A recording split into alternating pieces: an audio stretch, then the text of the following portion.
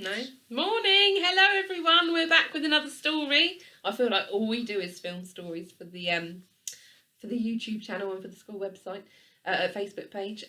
But Max really enjoys it, so I love to read stories with him. We hope you enjoy them too. Today we're reading another book in a series that we have read some of before, and it is called The Dinosaur That Pooped a Planet. It is by Tom Fletcher and Doug Pointer. It's illustrated by Gary Parsons, and it is published by Penguin Random House.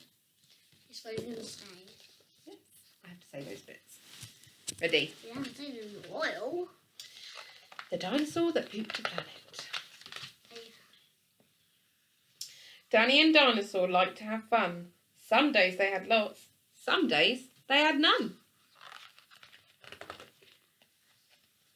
One day, they were bored. They had no games to play. Danny said, "Dinosaur, what shall we do today?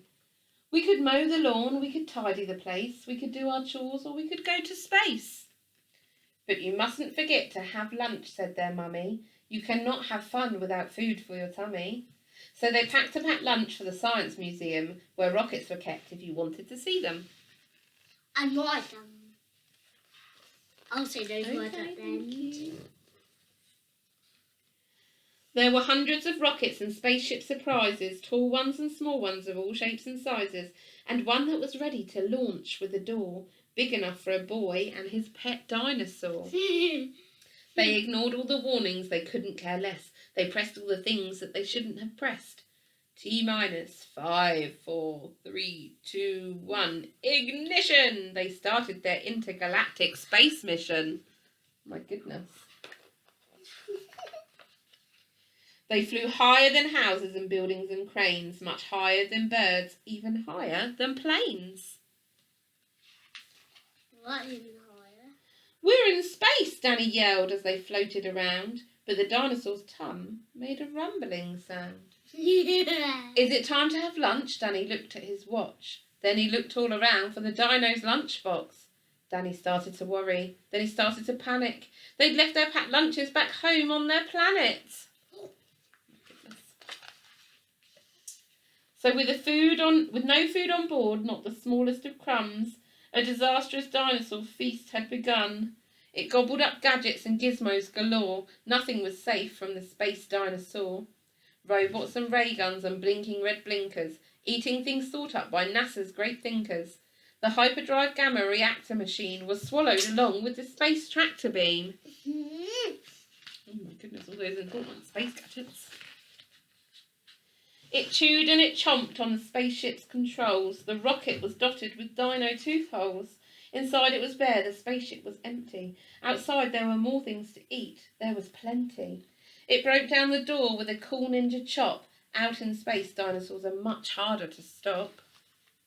Definitely. It chomped on the moon like a big chunk of cheese, then shoved even more in its mouth with a squeeze. It munched on the Martians from Mars and their cats. Their cats are like ours, but their cats wear cool hats. Satellites, Saturn and 6 supernovas, shape-shifting saucers and 7 space rovers. Wow. Yeah.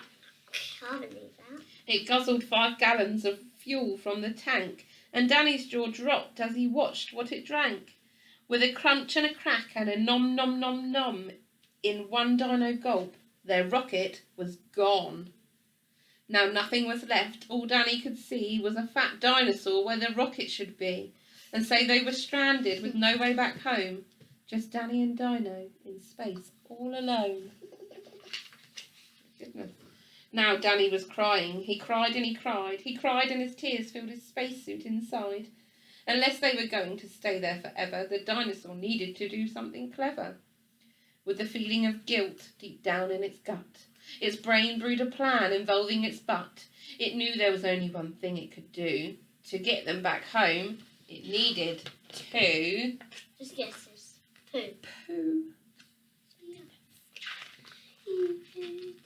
Like a poop-powered rocket, the dinosaur flew. Dan hopped on its back and he watched as it pooed. It pooped out the robots and ray guns and blinkers. The thing NASA's thinkers thought up were now stinkers. It pooped out the moon, it pooped out the stars, it pooped out space. It pooped out the space rovers and Martians from Mars. Oh my It's all God, there, isn't it? I'm pooey. When Danny looked back, he could see a poop trail from far out in space to the dinosaur's tail. They headed for Earth and they started to orbit. It pooped on the clouds, but the clouds just absorbed it. Soaked it all up. They flew past the buildings and streets of their town, leaving the houses all smelly and brown, and finally landed back down on the ground. Hooray, Danny cried, we're home, safe and sound. Oh. They looked to the sky and the things that were pooed had formed a poop planet right next to the moon. And so Danny promised to listen to Mummy, because fun is not fun without food for your tummy. And just when you thought all the pooping was done, a Mars cat plopped out of the dinosaur bum. As you can tell, Max likes to read about poop quite often. We hope you enjoyed that story. Bye.